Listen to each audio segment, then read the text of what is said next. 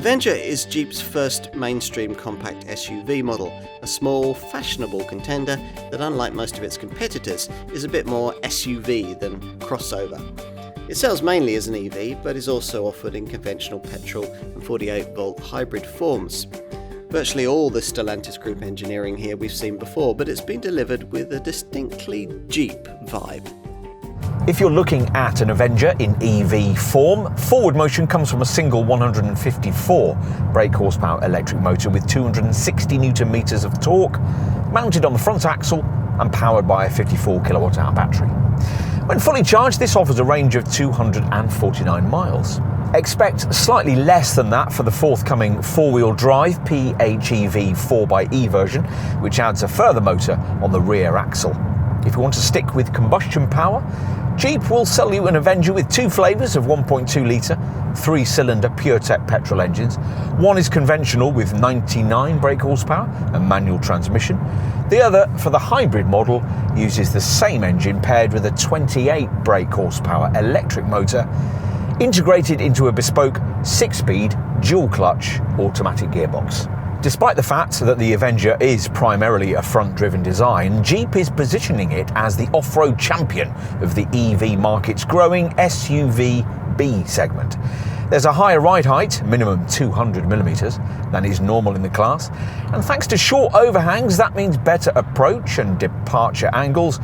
It should be more capable off-piste than a comparable Renegade 4xe plug-in hybrid.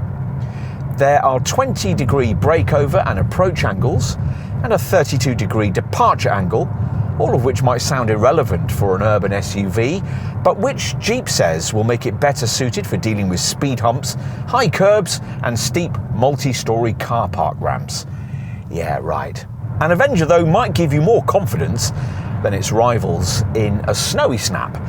This is the first front-driven Jeep fitted with standard hill descent control and select terrain driving modes. There are 6 settings: normal, eco, sport, snow and mud and sand. The battery can recharge from 20 to 80% in 24 minutes via a 100 kilowatt cable when hooked up to a suitably rapid charger. Just 3 minutes on such a fast charger would add 80 miles of range, and 24 minutes could get the battery from 20 to 80%. For some time now, there's been very little indeed that's American about mainstream Jeep models, and the Avenger follows that trend. It's the first Jeep to be designed outside the US and won't even be sold there, built in Poland and aimed almost entirely at the European market. Despite that, classic brand design cues are everywhere to convince you otherwise. The pumped-up trapezoidal wheel arches and the shoulder line reference the Willys Jeep of 1941. The floating C-pillar is from the Compass and Grand Cherokee, and of course there's the company's usual classic 7-slot front grille, though it's actually closed off, cooling air directed instead beneath the front bumper. Well, there's certainly a degree of brand familiarity here. This lean dashboard, supposedly inspired by the Wrangler, with an upper part made up of a single horizontal function beam, which includes all the air vents, ambient lighting and the central 10.25-inch Uconnect infotainment touchscreen that all Avengers share. Below this central features passenger and middle part is a very useful full-width shelf, highlighting the interior's practically intended orientation.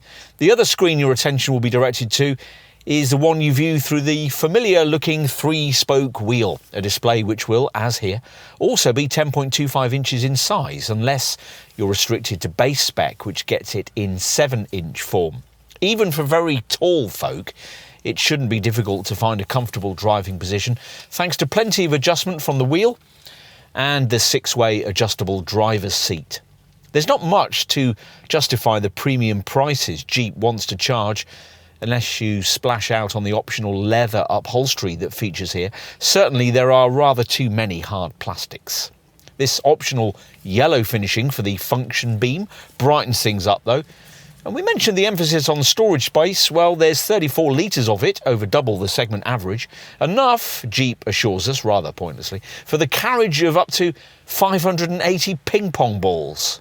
Apart from the lower fascia shelf we mentioned, your main receptacle for odds and ends will be this covered central bin, which angles up towards the centre stack, and with 15 litres of internal space could swallow a small bag or a large-ish bottle of water. Right, time to take a look in the back. Legroom's supposed to benefit from the careful hip positioning, supposedly also aided by the way that the 17-module battery's been secreted beneath the floor. But there's really not much room to stretch out at all, especially when you're seated behind a tall front seat passenger. Let's finish, as usual, with a look out back. Now, you get this powered tailgate above base trim, which rises to reveal a 355-litre boot that's modest by class standards, 120 litres less than a Kia Niro EV, for instance. Still, you access the space via a low 720mm loading height, and there's a 1 metre rear hatch width. When the seatback 60/40 splits down, it doesn't lay quite flat either, though it does release 1,053 litres of space. A rather unremarkable figure that Jeep attempted to embellish by telling us that it would be sufficient to take up to 2,443 rubber ducks.